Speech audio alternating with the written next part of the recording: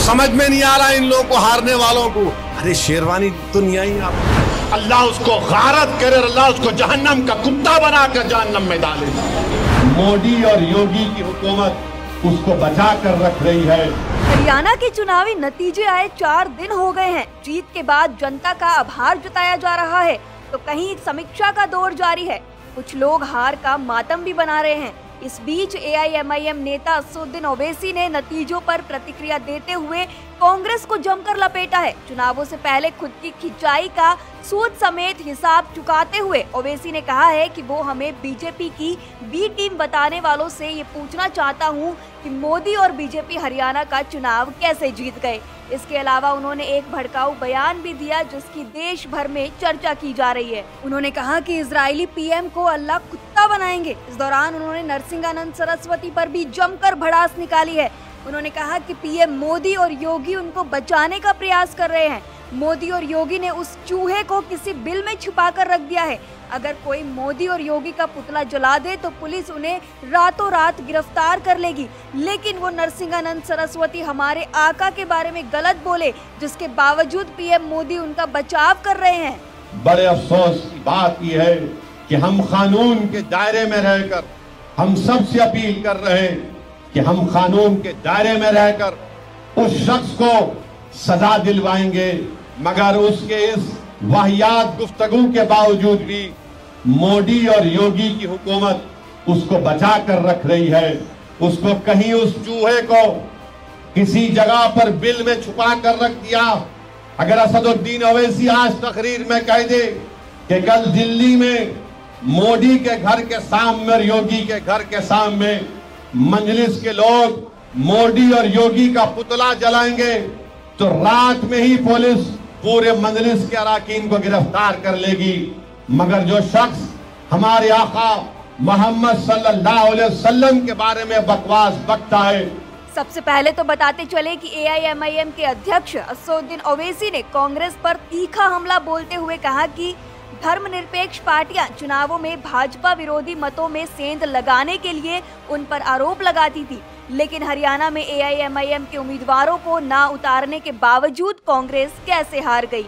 दरअसल ओवैसी के ऐसा कहने के पीछे की सबसे बड़ी वजह है कांग्रेस के एआईएमआईएम के ऊपर लगाए गए आरोप, क्योंकि अक्सर ऐसा होता है कि जब भी कांग्रेस किसी राज्य में चुनाव हारती है तो इसका सीधा सीधा आरोप एआईएमआईएम पर लगाती है। कांग्रेस साथ ही ओवैसी की पार्टी को बीजेपी की बी टीम कहती है। कांग्रेस का आरोप होता है कि ओवैसी उनके मुस्लिम वोटों में सेंध लगाकर भाजपा को फायदा पहुंचाते हैं। अब क्योंकि ओवैसी की पार्टी ने हरियाणा में चुनाव नहीं लड़ा, हरियाणा में 10 साल की सत्ता विरोधी लहर के बावजूद कांग्रेस की हार पर ओवैसी का गुस्सा फूट पड़ा है।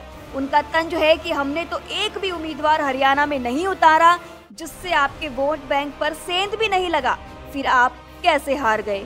एक आयोजन में ओवैसी ने इंडिया ब्लॉक के नेताओं को सियासी ज्ञान भी बांटा है। उन्होंने कहा कि प्राइम मिनिस्टर मोदी जी को हराना है तो हमें बंटना नहीं बल्कि एकजुट होना होगा, लेकिन जो गलत प्रथा चल रही है वो पुराना फॉर्मूला फेल हो चुका है। उससे बीजेपी को हराना बहुत मुश्किल है। देश के किसी भी कोने में चुनाव हो, अगर वहां ओवैसी की पार्टी चुनाव लड़ती है तो कांग्रेस समेत कई विपक्षी दलों के नेता फौरन एआईएमआईएम और उसके नेताओं को बीजेपी की बी टीम का टैग लगा देते हैं। इसी का माकूल जवाब देते हुए ओवैसी ने एक निशाने से कई तीर साध लिए हैं।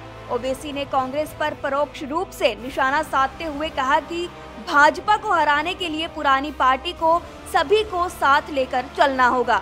वहीं तेलंगाना के विकाराबाद में शुक्रवार की रात एक जनसभा को संबोधित करते हुए उन्होंने कहा कि भाजपा हरियाणा कैसे जीत लिया, मैं वहां नहीं था वरना वे हमें बी टीम कहते, वे वहां हार गए। अब आप ही बताइए वे किसके कारण हारे।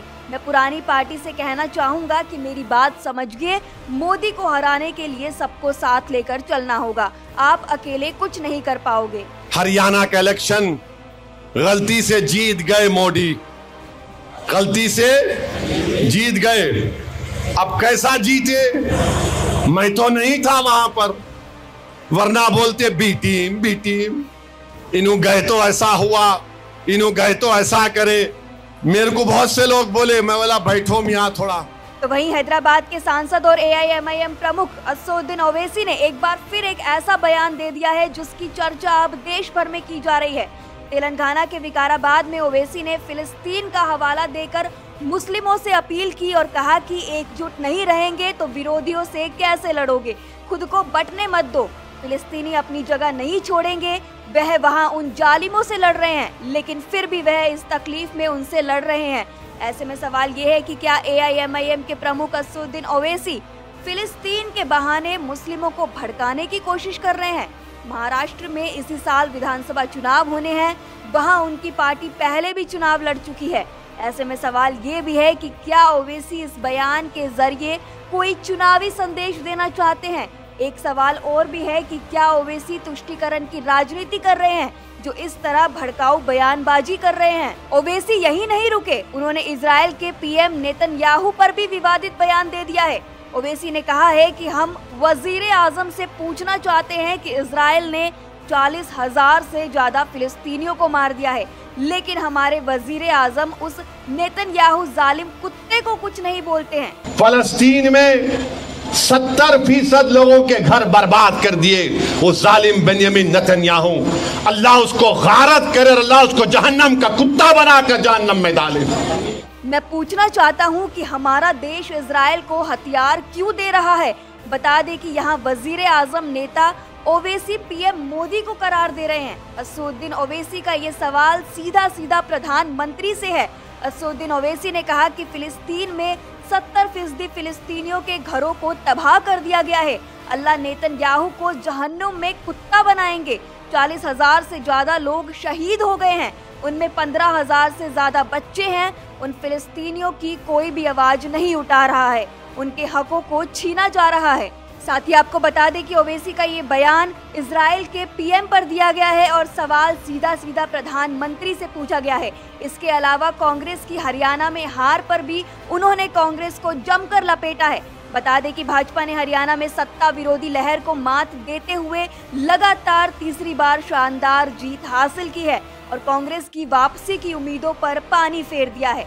दरअसल हरियाणा में भाजपा ने 90 विधानसभा सीटों में से 48 सीटें जीती, जो सरकार बनाने के लिए 46 के जादुई आंकड़े से कई ज्यादा है।